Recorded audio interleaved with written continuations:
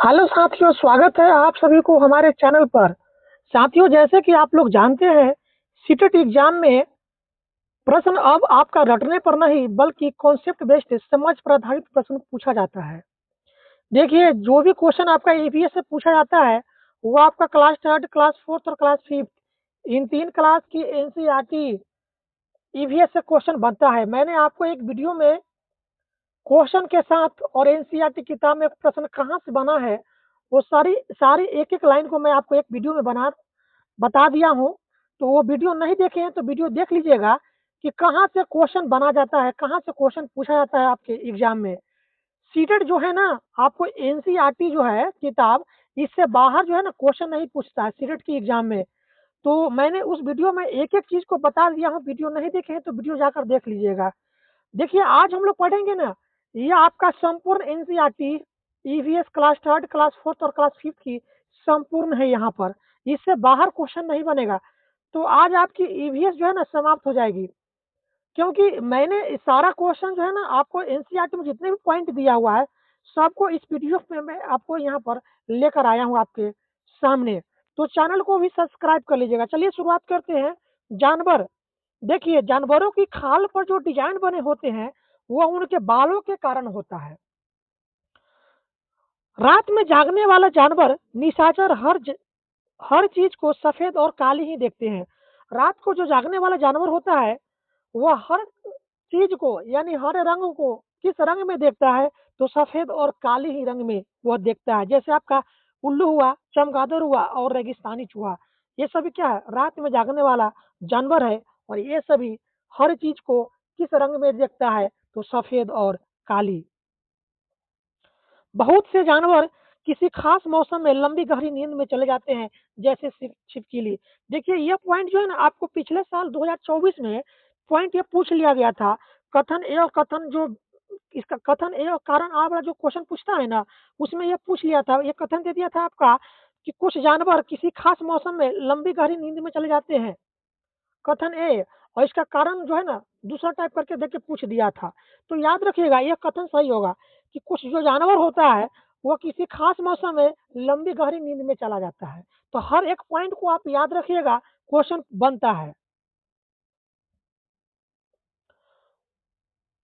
कुछ जानवर तूफान या भूकंप आने के कुछ समय पहले अजीब हरकत करने लगता है।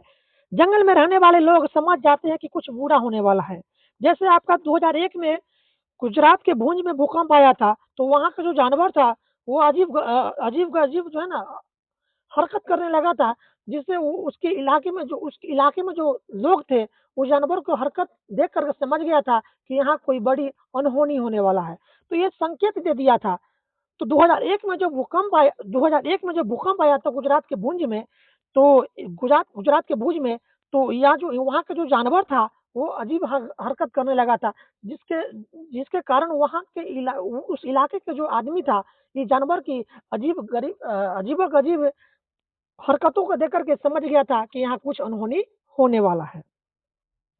जानवरों में भी देखने, सुनने और महसूस करने की शक्ति होती है। वैज्ञानिकों का मानना है कि कई जानवरों की अपनी पूरी भाषा होती है। डॉल्फिन भी अलग तरह की आवाजें निकालती है और एक दूसरे से बात करती है। डॉल्फिन मछली जो है ना, ये भी अपनी अलग अलग तरह की आवाजें निकालती है और एक दूसरे से क्या करती है, बातें करती है। जानवरों का शिकार। जानवरों का शिकार हाथी को उसके दांतों, गेंडों को उसके सींग, शेर, मगरमच्छ और सांप को उनकी खाल के लिए मार दिया जाता है। हाथी को उसके दांत के लिए मारा जाता है। एक सींग वाले जो गेंडे होते हैं उसको सींग के लिए मारा जाता है गेंडे को। मगरमच्छ और सांप को उनकी खाल के लिए मारा जाता है। शेर, मगरमच्छ और सांप को उसकी खाल के लिए मारा जाता है। उसकी खाल से क्या बना जाता है, बैग हुआ, ठीक है, जूता हुआ, पर्स हुआ। तो ये सभी चीजें जो है ना इसकी खाल से ही बनाई जाती है। कस्तूरी मृग। कस्तूरी मृग जो है आपका कस्तूरी मृग जो है, इस मृग को इस हिरण को थोड़ी सी खुशबू के लिए मार दिया जाता है। कस्तूरी मृग को थोड़ी सी खुशबू के लिए इसको क्या है, मार दिया जाता है। अब यहाँ पर कुछ जानवरों का नींद दिया गया है जो कि आपके एग्जाम में पूछ भी लिया गया था यहाँ से। गाय 4 घंटे सोता है। गाय की जो नींद होती है 4 घंटे होता है। अजगर जो है ना सबसे ज़्यादा अजगर जो कि 18 घंटे सोता है। जिराफ जो होता है ये 2 घंटे सोता है। बिल्ली आपका ये 12 घंटे सोता है। इस इसको याद कर लीजिएगा, प्रश्न पूछा गया था। स्लॉथ, ये सीटेट का सबसे प्यारा क्वेश्चन है। बार-बार हर साल पूछा जाता है स्लॉथ से संबंधित क्वेश्चन। इसको तो आप कंठस्थ ही कर लीजिएगा, क्योंकि यहाँ से मैं 100% कहता हूँ कि क्वेश्चन बनेगा। हर साल क्वेश्चन पूछा गया है। प्रीवियस ईयर क्वेश्चन को निकाल कर देखिएगा, आपको हर शिफ्ट में यहाँ से क्वेश्चन आपको देखने को मिलेगा। ये बहुत ही पसंदीदा और सीटेट का बहुत ही प्यारा सवाल है। देखिए, स्लॉथ जो होता है ये भालू की तरह होता है, लेकिन भालू होता नहीं है। ये भालू के जैसा दिखता है, लेकिन भालू नहीं होता है। यह भालू से अलग होता है। यह दिन में करीब 17 घंटे पेड़ से उल्टा लटक कर आराम से सोता है। जैसे चित्र में देख सकते हैं, यह स्लॉथ है और यह पेड़ से लटक कर उल्टे मस्ती में सोया हुआ है। यह हमेशा पेड़ से उल्टे लटक कर सोता है और 17 घंटे जो है ना, यह पेड़ से उल्टे लटक कर सोया हुआ रहता है 17 घंटे। यानी स्लॉथ के जो सोने का जो टाइमिंग है ना, 17 घंटे ये सोता है। 17 घंटे पेड़ से उल्टे लटक करके पूरा मस्ती में सोता है। 40 वर्ष की अपने जीवन में यह सिर्फ 8 पैरों पर ही घूमने का क्या करता है, कठिनाई उठाता है। यानी इसकी आयु जो होता है स्लॉथ का 40 साल होता है और 40 साल के उम्र में यह सिर्फ 8 पैर पर ही घूम पाता है। इतना यह आलसी जानवर होता है। ये आलसी जानवर है। स्लॉथ जो है क्या, ये सबसे आलसी जानवर है। यह इसका जो आयु है 40 साल का होता है और 40 साल की आयु में सिर्फ 8 पैर पर ही घूमने में यह कष्ट उठाता है। सप्ताह में 1 बार ये पेड़ से नीचे उतरता है शौच करने के लिए। इतना आलसी जानवर है यह। सप्ताह में 1 बार ही पेड़ से नीचे उतरता है शौच करने के लिए और जिस पेड़ पर रहता है उसी पेड़ का पत्ता यह खाता है। स्लॉथ जो होता है जिस पेड़ पर रहता है उसी पेड़ का पत्ता खाता है। जब उस पेड़ पेड़ पेड़ पर से पत्ता खत्म हो जाता है, तब यह दूसरे पेड़ पर जाता है। इस तरह से इसका 40 साल की आयु में सिर्फ 8 पेड़ पर ही घूमने का यह तकलीफ उठा पाता है। अब बाघ के बारे में पढ़ते हैं। यहाँ से भी क्वेश्चन आपका पूछा गया था। बाघ अंधेरे में हमसे 6 किलोमीटर दूर 6 गुना 6 गुना सॉरी बाघ बाघ अंधेरे में हमसे 6 गुना बेहतर देख सकता है। बाघ जो है ना, बाघ की देखने की जो कैपेसिटी है हमसे 6 गुना बेहतर किसी चीज को 6 गुना बेहतर, यानी हम किसी चीज को यदि हम 2 किलोमीटर दूर से किसी चीज को देखेंगे तो बाघ जो है ना, उसी चीज को 12 किलोमीटर दूर से ही उस चीज को स्पष्ट देख सकता है। यानी हमसे 6 गुना बेहतर जो है ना, यह किसी चीज को अंधेरे में देख सकता है। बाघों की मूंछ हवा में हुए कंपन को भाप लेती है। बाघों की जो मूंछ होती है हवा में हुए कंपन को भाप लेती है, जिससे उसे शिकार के सही स्थिति का पता चल जाता है और इससे वो अंधेरे में रास्ता ढूंढ लेता है। यानी बाघ की जो मूंछ होती है ना, वो मूंछ मूंछ से भी क्या है, मूंछ में मूंछें जो है ना उसकी हवा में हुए कंपन को भाप लेता है। उसका जो मूंछ होती है, ये जो मूंछ देख रहे हैं ना बाघ की, तो इसकी जो मूंछ होती है हवा में हुए कंपन को भाप लेता है, जिससे शिकार की सही स्थिति का पता चल जाता है। ठीक है, और बाघ जो है ना अंधेरे में भी रास्ता को ढूंढ लेता है। तो इसको जो मूंछ होती है, मूंछ यह हवा में हुए कंपन को इसकी मूंछ जो है ना भाप लेता है कि शिकार वहां पर है। बाघ अपने इलाकों में मूत्र करके अपनी गंध छोड़ता है। दूसरा बाघ इस गंध को तुरंत पहचान लेता है। यानी कहने का मतलब है कि बाघ अपने मूत्र से अपनी जगह को घेर लेता है। तो जब उसके इलाके में दूसरा बाघ आता है तो वो अपने मूत्र से वो पहचान लेता है कि हमारे इलाका में कोई दूसरा बाघ आया था। मौके बाघ मौके के अनुसार अपनी आवाज बदलता है। ठीक है, बाघ जो है ना मौके के अनुसार अपनी आवाज बदलता है। बाघ का गुर्राना यानी बाघ का गरजना 3 किलोमीटर दूर तक सुना जा सकता है। यह भी क्वेश्चन आपका पूछा गया था कि बाघ का गुर्राना कितने कितने किलोमीटर दूर तक सुना जा सकता है। तो 3 किलोमीटर, बाघ का गुर्राना 3 किलोमीटर दूर तक सुना जा सकता है। अगला है बाघ के दोनों कान, यानी बाघ के दोनों कान बाहर की आवाज इकट्ठा करने के लिए अलग अलग दिशाओं में बहुत ज्यादा घूम भी जाते हैं। यानी बाघ की जो कान होती है ना, वो अलग अलग दिशाओं में आवाज को इकट्ठा करने के लिए, सुनने के लिए क्या है, चारों दिशा में क्या है, उसका कान घूम भी जाता है। अब हाथी, यहाँ से भी क्वेश्चन आपके हर साल एग्जाम में पूछा जाता है। हाथी को पानी और कीचड़ में खेलना बहुत पसंद है। इससे उसके शरीर को ठंडक मिलती है। हाथी के कान पंखे जैसे होते हैं। गर्मी लगने पर हाथी अपने कान को हिलाकर क्या क्या को हिलाकर वो क्या करता है? हवा करता है, ठीक है? हाथी के कान पंखे जैसे होते हैं। गर्मी लगने पर हाथी क्या है? अपना कान को हिला करके हवा करता है। 3 महीने के हाथी का वजन जो होता है वो 200 किलोग्राम यानी 2 क्विंटल होता है। एक बड़ा हाथी दिन में 100 किलोग्राम से ज़्यादा पत्ते और झाड़ियाँ खा लेता है। हाथी बहुत कम आराम करता है, एक दिन में केवल 2 से 4 घंटे ही सोता है। हाथी परेशानी आने पर एक-दूसरे को मदद भी करते हैं। हाथी परेशानी आने पर क्या करता है? एक-दूसरे को मदद भी करता है। हाथियों के झुंड में केवल हथनियाँ और बच्चे ही रहते हैं। हाथियों के झुंड में केवल हथनियाँ और बच्चे ही रहते हैं। इसका कहने का मतलब है कि हाथी के झुंड में केवल मादाएँ हथनियाँ और उसके बच्चे होते हैं। यानी हाथियों का जो झुंड होती है, मातृसत्तात्मक होती है, उसमें सिर्फ़ मादा हाथी होती है, नर हाथी नहीं होता है। ठीक है? इस बात को आप याद रखिएगा। इस झुंड में 10 से 12 हथनियाँ और बाकी बच्चे होते हैं। यानी हाथी के झुंड में 10 से 12 हथनियाँ और उसका बच्चे होते हैं। झुंड की सबसे बुजुर्ग हथनी ही पूरे झुंड की नेता होती है। यानी हाथियों के झुंड में जो सबसे बुजुर्ग यानी बूढ़ी हथनी होती है, वही पूरे झुंड की क्या होती है? नेता होती है, यानी पूरे झुंड की नेतृत्व करती है, जो बूढ़ी हथनी होती है, बुजुर्ग हथनी होती है। और हाथी के झुंड में कितने हथनी और बच्चे होते हैं? तो 10 से 12 हथनी और बच्चे होते हैं। 14 से 15 साल तक हाथी इस झुंड में रहता है, फिर वह झुंड छोड़कर चला जाता है। यानी हाथियों के झुंड में जो हाथी का जो बच्चा होता है, वह 14 से 15 साल तक झुंड में रहता है और 14 से 15 साल के बाद वह झुंड को छोड़ कर के या अकेले घूमता है या अपने नर हाथी के समूह के झुंड में रहता है। आपका अगला है लंगूर। जंगल में ऊँचे पेड़ पर बैठा लंगूर अपने पास आती मुसीबत को देखकर एक खास आवाज़ निकालकर अपने साथियों को संदेश देता है और उन्हें चौकन्ना करता है। चूहा चूहा की देखने की क्षमता कम होती है, लेकिन इनकी सूंघने, छूने और टेस्ट करने की क्षमता अधिक होती है। मगरमच्छ मगरमच्छ के छोटे छोटे छेद जैसे कान होते हैं, लेकिन आसानी से आपको दिखाई नहीं देता है। गिलहरी गिलहरी के दांत हमेशा बढ़ते रहते हैं। दांतों से काटने और कुतरने के कारण इनके दांत घिस जाते हैं। क्वेश्चन पूछा भी गया था आपके एग्जाम में, कौन ऐसा जानवर है जिसकी जिसकी दांत जिंदगी भर बढ़ते ही रहता है? तो ये आपका है गिलहरी। गिलहरी के दांत हमेशा बढ़ते रहता है। दांतों से काटने और कुतरने के कारण इसकी दांत जो है ना घिसते रहता है। अब अगला है आपका बिल्ली। बिल्ली के दांत नुकीले होते हैं, जो मांस को फाड़ने और काटने के काम आते हैं। अगला आपका जानवर है गाय के दांत। इससे भी क्वेश्चन पूछा गया था आपके एग्जाम में। गाय के आगे के दांत पत्तों को काटने के लिए होता है और पीछे के दांत चपटा और बड़ा होता है, जो घास चबाने के लिए होता है। यानी गाय गाय के जो आगे का दांत होता है वह पत्तों को काटने के लिए होता है, ठीक है? और पीछे का जो दांत होता है चपटा और बड़ा होता है, जो घास को चबाने के लिए होता है।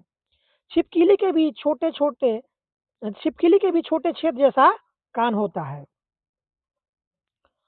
अगला आपका मछली है। मछलियाँ खतरों की चेतावनी एक-दूसरे को बिजली तरंग यानी सिग्नल से देती है।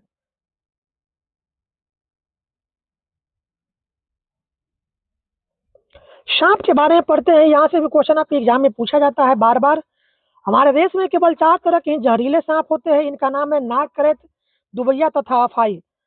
हमारे देश में केवल 4 तरह के जहरीले साँप पाए जाते हैं, उसका नाम है नाग, ठीक है? करेत, दुबैया तथा अफाई। साँप की साँप जब सांप किसी को काटता है तो उसके 2 खोखले जहर वाले दाँतों से उस व्यक्ति के शरीर में जहर चला जाता है।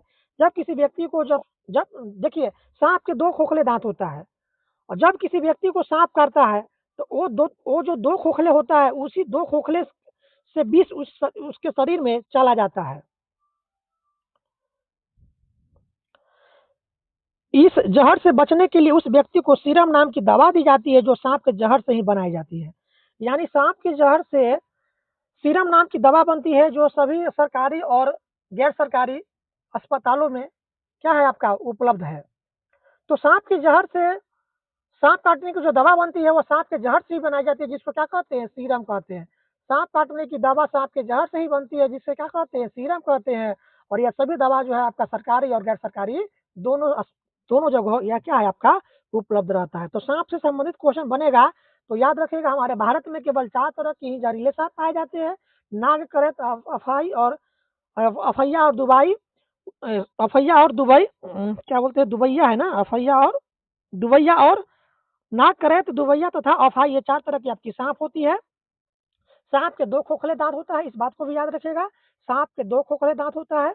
जब किसी व्यक्ति को सांप काटता है तो इसी 2 खोखले के द्वारा उस व्यक्ति के शरीर में जहर छोड़ दिया जाता है।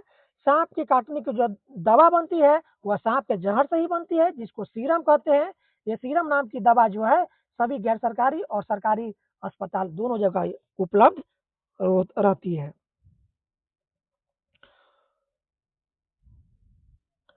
सांप के दांत नुकीले होते हैं लेकिन वो अपने शिकार को चबाकर नहीं खाता है, बल्कि पूरा निगल जाता है।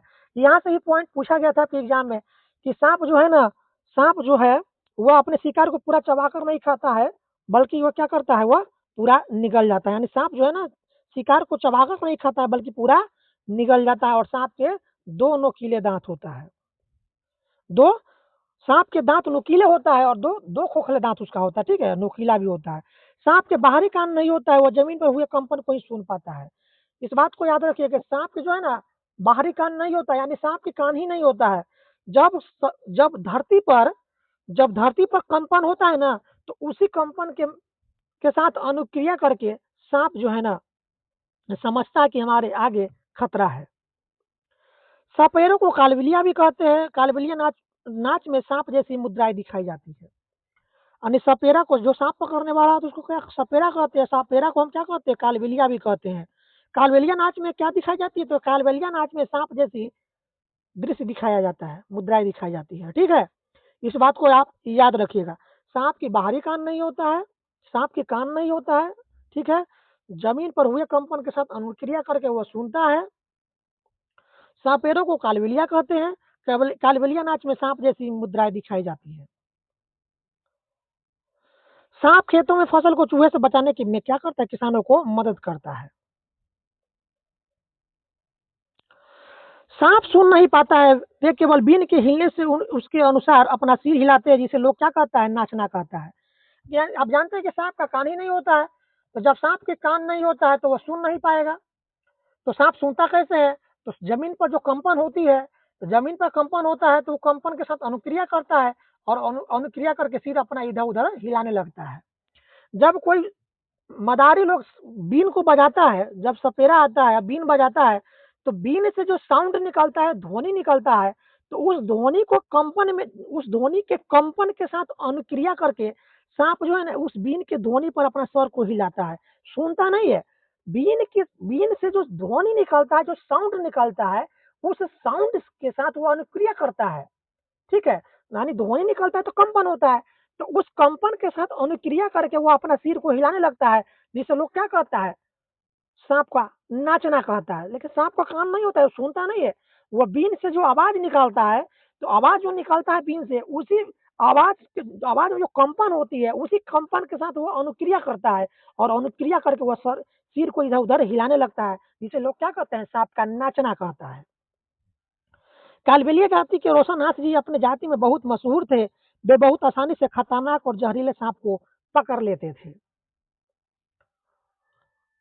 अब अगला आपका है केचुआ। यहाँ से भी क्वेश्चन पूछा जाता है।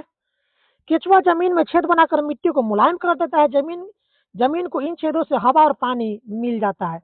केचुए मृत पत्ती और पौधों को खाते हैं और इनके मल से जमीन उपजाऊ बनती है। केचुओं को क्या कहते हैं, किसानों का मित्र कहा जाता है। वर्मी कंपोस्ट को वर्मी कल्चर या केचुआ पालन भी कहा जाता है। अब अगला है आपका चींटियां। चींटियां मिलजुल कर रहती है और चींटियों का काम बटा रहता है। रानी चींटी अंडे देती है, सिपाही चींटी बिल का ध्यान रखती है, काम करने वाले चींटियां भोजन ढूंढ कर बिल तक लाती है। चींटियां चलते समय जमीन पर कुछ गंध छोड़ती है, जिसे सूंघकर पीछे आने वाली चींटिया को रास्ता मिल जाता है। पहरेदार चींटिया एक विशेष प्रकार की गंध के कारण दूसरे चींटी को पहचान लेता है। यानी चींटिया चलते समय अपने पीछे एक विशेष प्रकार की गंध छोड़ती है, जिससे सूंघ कर पीछे आने वाली चींटियां जो है ना, पीछे पीछे पीछे जिससे उसके पीछे चलने वाली चींटियां को क्या है, उस गंध से उसको रास्ता मिल जाती है। और आप देखते हैं कि चींटियां जो है ना हमेशा एक क्रमबद्ध कतार में चलते रहती है। पहरेदार चींटियां जो है ना, पहरेदार चींटी एक विशेष प्रकार की गंध के कारण जो होती है वो दूसरे चींटी को पहचान लेती है। यानी पहरेदार चींटी जो है ना वो बिल का ध्यान रखती है, ख्याल रखती है। तो जब कोई चींटी आता है बिल के समीप भोजन लेकर के, तो जो पहरेदार चींटी होती है वो उसके गंध से पहचान लेता है। ठीक है, तो ये सब पहचानने का, ये एक दूसरे को पहचानने का ये क्या है आपका समय क्षमता है। चिटिया खाने की चीजों को अपने बिल में जमा करती है। सामाजिक कीट कौन कौन होता है? तो सामाजिक कीट वे कीट होता है जो एक ही प्रजाति के साथ एक समुदाय या कॉलोनी या बस्ती में रहते हैं, सामाजिक कीट कहलाता है। जैसे दीमक, ततैया, मधुमक्खियां और चींटियां, ये सभी क्या है आपका सामाजिक कीट है। दीमक, ततैया, मधुमक्खियां और चींटियां, ये सभी क्या है आपका सामाजिक कीट है, क्योंकि ये सभी जो है ना एक ही प्रजाति के साथ एक ही समुदाय या कॉलोनी या बस्ती में रहते हैं, जिसे क्या कहते हैं सामाजिक कीट कहते हैं। तो सामाजिक कीट कौन कौन है? तो दीमक, ततैया, मधुमक्खी और चींटी, ये सभी क्या है आपका सामाजिक कीट है। अगला आपका है मच्छर। मच्छर हमारे शरीर की गंध खासकर पैरों के तलवे की और हमारे शरीर की गर्मी से हमें ढूंढ लेता है। मच्छर पानी में अंडा देता है। डेंगू, मलेरिया, चिकनगुनिया बीमारी मच्छरों के द्वारा फैलता है। मच्छर के द्वारा फैलने वाला रोग कौन कौन है? तो डेंगू है, मलेरिया और चिकनगुनिया है, ये सभी क्या है मच्छर से फैलने वाला रोग है। मक्खी से डायरिया, हैजा, टाइफाइड आदि बीमारियां फैलती है। मक्खियां अपने पैरों में बीमारी की कीटाणु लाती है और जब यह बिना ढके खाने पर बैठती है तो उसे दूषित कर देती है। उस खाने को खाकर हम क्या पड़ जाते हैं? बीमार पड़ जाते हैं। अगला मच्छरों से बचने के लिए उपाय। तो देखिए मच्छरों से बचने के लिए उपाय क्या है आपका? रुके हुए पानी में या इकट्ठा हुए पानी में मलेरिया के मच्छर पैदा होता है। इसलिए मच्छरों के प्रजनन को रोकने के लिए पानी में तेल डालना उचित रहता है। इससे पानी का पृष्ठ तनाव कम हो जाता है और ऑक्सीजन की आपूर्ति रुक जाती है, जिससे मच्छर का लार्वा मर जाता है।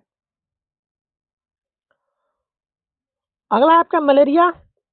मलेरिया रोनाल्ड रॉस ने सबसे पहले बताया था कि मलेरिया मच्छरों के कारण होता है। ये भारतीय मूल के थे। मलेरिया बुखार में कपकपी और ठंड लगती है।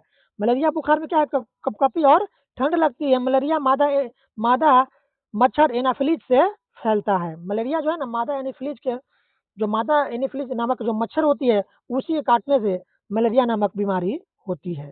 मादा एनाफिलीज मच्छर के काटने से मलेरिया होती है। मलेरिया को दूर करने की दवा सिनकोना पेड़ की छाल से बनाई जाती है। ठीक है, मलेरिया को दूर करने की दवा जो है ना सिनकोना पेड़ की छाल से बनाई जाती है। और देखिए भारत के नक्शा है, यहाँ से भी क्वेश्चन आपका पूछ लिया जाता है कि कौन सा राज्य किस दिशा में स्थित है। ठीक है, या पूछ लेगा बंगाल की खाड़ी के तट पर कौन कौन सा राज्य स्थित है। फिर पूछ लेगा आपका अरब सागर के तट पर कौन कौन सा राज्य स्थित है। तो इसलिए आप मैप को भी पढ़ लीजिएगा, यहाँ से भी क्वेश्चन आपके एग्जाम में पूछा जाता है मैप और दिशा से संबंधित।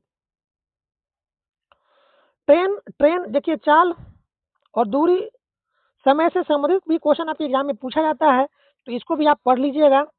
हर साल पूछा जाता है आपके एग्जाम में, तो इसको पढ़ लीजिएगा। डायरेक्शन से संबंधित क्वेश्चन पूछा जाता है कि यदि आप दिल्ली में हैं तो दिल्ली के सापेक्ष उत्तर प्रदेश किस दिशा में है, तो डायरेक्शन से संबंधित भी क्वेश्चन पूछा जाता है, इसको भी आप पढ़ लीजिएगा।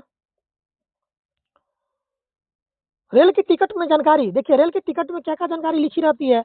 तो श्रेणी होता है, ट्रेन नंबर होता है, ट्रेन का नाम होता है, सफर शुरू होने की तारीख तथा समय होती है, गंतव्य स्थान तक पहुंचने की तारीख तथा समय, टिकट प्रारंभ होने का, टिकट समाप्त होने का, बर्थ नंबर का, किराया और दूरी का, ये सभी जानकारी जो है ना आपका टिकट पर लिखा हुआ रहता है।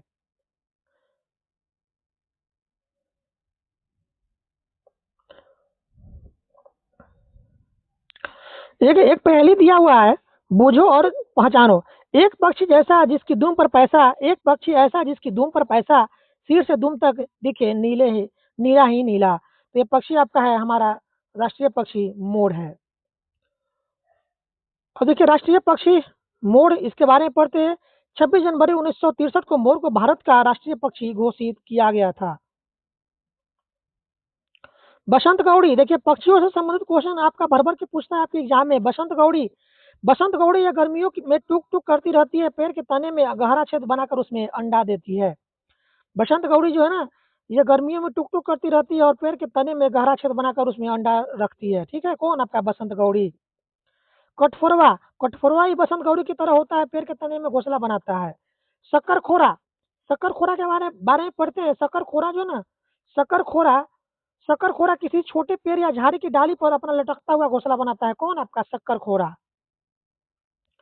इसका घोंसला जो बना होता है, इसका घोंसला में बाल, मकड़ी के जाल, पतली टहनी, बारीक घास, सूखे पत्ते, रुई पेड़ की छाल के टुकड़े और कपड़े के चिथड़े से बना होता है। किसका घोंसला? शक्करखोरा का। चीलबाज और गिद्ध, यहाँ से भी क्वेश्चन पूछा था आपका हर साल। चीलबाज और गिद्ध हमसे 4 गुना अधिक दूर तक किसी वस्तु को स्पष्ट रूप से देख सकता है। चील की पूंछ खांचे वाली होती है। गिद्ध मरे हुए जानवरों को खाकर जगह साफ कर देता है और आकाश में ऊंचाई पर उड़ता है।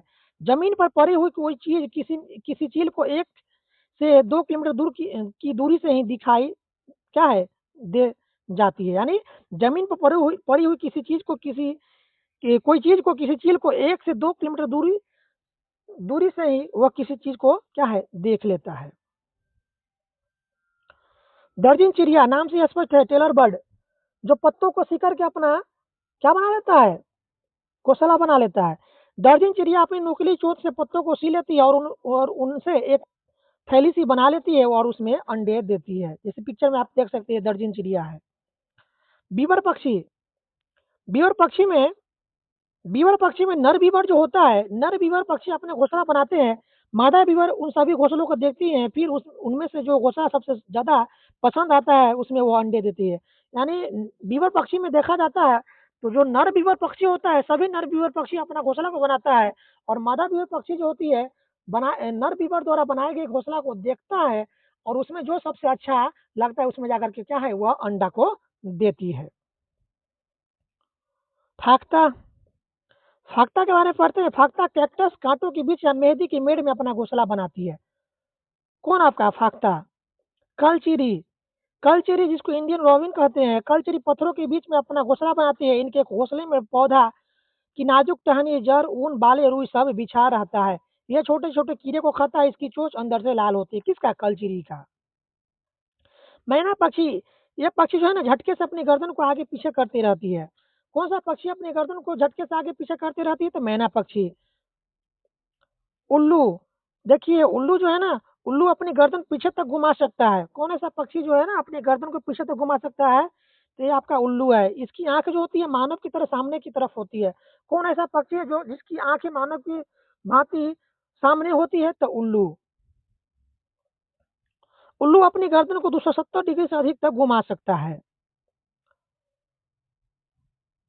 कौवा, कौवा के घोंसले में लोहे की तार और लकड़ी की टहनियां जैसी चीज भी होती है। यानी कौवा की जो घोंसले होती है वो किन किन चीजों से बनी होती है? तो लोहे के तार और लकड़ी की टहनी से बनी होती है। कौवा पेड़ की ऊंची डाल पर घोंसला बनाता है। क्वेश्चन पूछा भी गया था, कौन ऐसा पक्षी है जो अपनी घोंसला पेड़ की सबसे ऊंची डाल पर बनाता है? तो ये आपका है कौवा। कोयल अपना घोंसला नहीं बनाती है। कोयल जो है ना अपना घोंसला नहीं बनाती है, वह कौवे के घोंसले में अंडा देती है। कोयल जो है पक्षी है ना, ये अपना घोंसला को नहीं बनाती है, वह कौवे के घोंसला में जो है ना जाकर के वो अंडे देती है। कौवा अपना अंडों के साथ साथ कोयल के अंडे को भी क्या करता है? वो सेता है। गोराया, गोराया अलमारी के ऊपर आईने के पीछे अपना घोंसला बनाती है। गोराया वह पक्षी है जो दिल्ली में समान रूप से दिखाई देता है, परंतु अब इस चिड़िया के बारे में जागरूकता बढ़ाने हेतु एक विशेष दिन मनाया जाता है, क्योंकि शहरीकरण के कारण यह अब क्या है दुर्लभ हो गई है। गोराया। कबूतर, कबूतर कबूतर पुराने मकान या खंडहर में घोंसला बनाता है। कौवे, गिलहरी, बिल्ली और चूहे मौका देखते ही अंडे चुरा लेता है। कई बार घोंसले को भी तोड़ देता है। अब यहाँ पक्षियों की चोंच देखिए दिया हुआ है। मांस चीरने फाड़ने के लिए इस तरह का चोंच होती है। लकड़ी को छेद करने के लिए इस तरह का चोंच होती है। फूलों का रस चूसने के लिए इस तरह का चोंच बनी होती है। कीचड़ में छानबीन करके कीड़े खोद कर निकालने के लिए इस तरह का चोंच होती है। बीजों को दबाकर तोड़ने के लिए इस तरह का चोंच बनी होती है। पक्षी का काटने के लिए इस तरह का चोंच होती है। तो सभी पक्षी का चोंच जो होती है अलग अलग बनावट की होती है, जो अलग अलग कार्यों के लिए होती है। बाज, चील और गिद्ध जैसे मांसाहारी पक्षियों की चोंच छोटी और हुक की तरह मुड़ी मुड़ी हुई होती है। तोते की घुमावदार चोंच होती है और फल को उतरने में मदद करती है। कबूतर, गौरैया आदि में चोंच छोटी और चौड़ी और मजबूत होती है। ऐसी चोंच अनाज के दानों को तोड़ने में सक्षम होती है। मछली पकड़ने वाली चिड़ियों जैसे सारस, बगुला आदि की चोंच लंबी पतली सुई जैसा होती है। कुछ पक्षियों की चोंच में निस्पंदन प्रणाली होती है, यानी छानने की प्रणाली होती है। इन पक्षियों के उदाहरण है हंस, बत्तख आदि।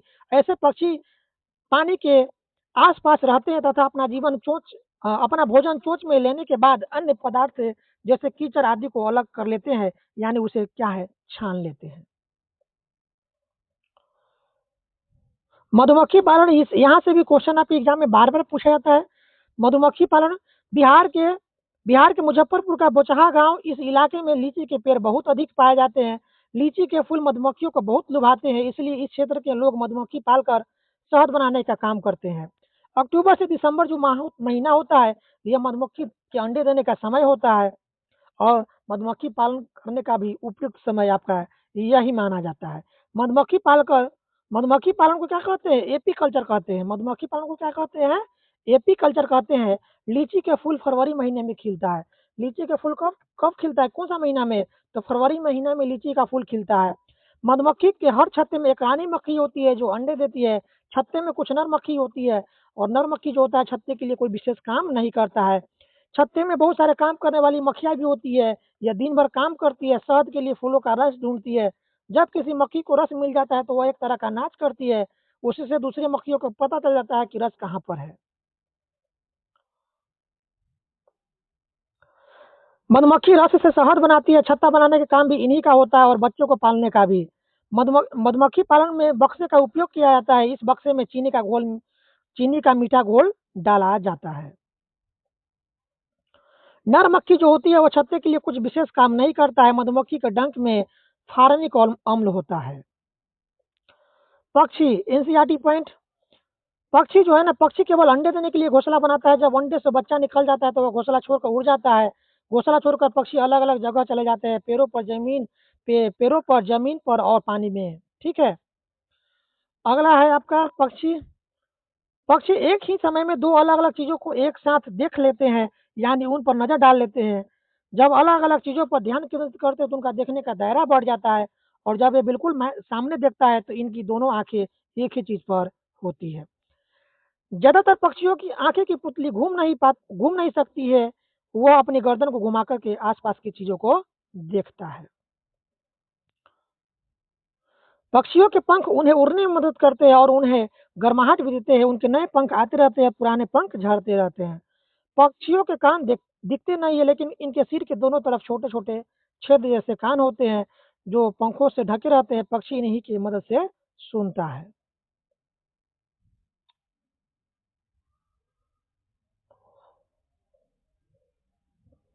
अलबुरिनी,